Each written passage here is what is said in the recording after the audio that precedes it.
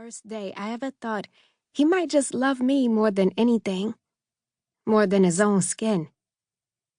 But now, 3 months from my 18th birthday, when I look at my quivering fingerprint on the edge of his jaw, I feel naked.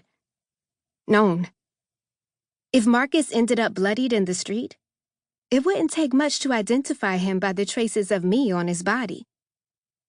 I reached for the doorknob, mumbling, "I got it," as if Marcus was ever actually going to put feet to floor this early. On the other side of the wall, Dee's laughter seeps into my gums like salt water, absorbed right into the fleshy part of my mouth. I shake my head and turn back to the door, to my own slip of paper taped to the orange paint.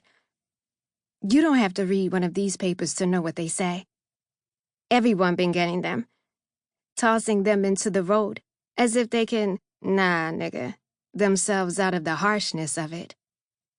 The font is unrelenting, numbers frozen on the flyer, lingering in the scent of industrial printer ink, where it was inevitably pulled from a pile of papers just as toxic and slanted as this one, and placed on the door of the studio apartment that's been in my family for decades.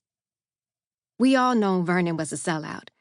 Wasn't going to keep this place any longer than he had to, when the pockets are roaming around Oakland, looking for the next lot of us to scrape out from the city's insides. The number itself wouldn't seem so daunting if Dee wasn't cracking herself up over it, curling into a whole fit, cementing each zero into the pit of my belly. I whip my head toward her, shout over the wind and the morning trucks. "Quit laughing or go back inside, Dee, shit." She turns her head an inch or two to stare at me and smiles wide, opens her mouth until it's a complete oval, and continues her cackle. I rip the rent increase notice from the door and return to our apartment, where Marcus is serene and snoring on the couch. He's lying there, sleeping, while this whole apartment collapses around me. We're barely getting by as is, a couple months behind in rent, and Marcus has no money coming in. I'm begging for shifts at the liquor store and counting the number of crackers left in the cupboard. We don't even own wallets. And looking at him, at the haze of his face, I know we won't make it out of this one like we did the last time our world fractured, with an empty photo frame where Mama used to be. I shake my head at his figure, long and taking over the room, then place the rent increase notice in the center of his chest so it breathes with him. Up and down. I don't hear Dee no more, so I pull on my jacket and slip outside, leaving Marcus to eventually wake to a crumbled paper and more worries than he'll try to handle. I walk along the railing, lined in apartments, and open Dee's door. She's there, somehow asleep and twitching on the mattress, when just a few minutes ago she was roaring. Her son, Trevor, sits on a stool in the small kitchen, eating off-brand Cheerios out of their box.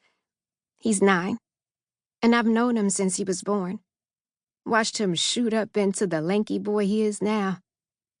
He's munching on the cereal and waiting for his mother to wake up, even though it'll probably be hours before her eyes open and see him as more than a blur.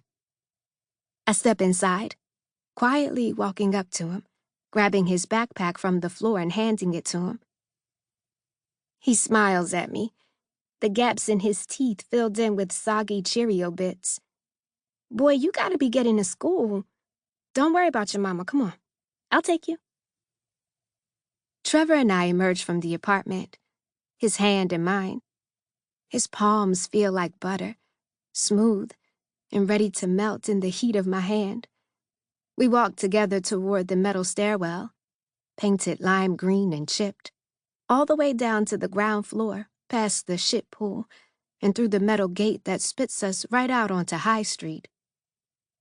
High Street is an illusion of cigarette butts and liquor stores, a winding trail to and from drugstores, and adult playgrounds masquerading as street corners. It has a childlike kind of flair, like the perfect landscape for a scavenger hunt. Nobody ever knows when the hood switch.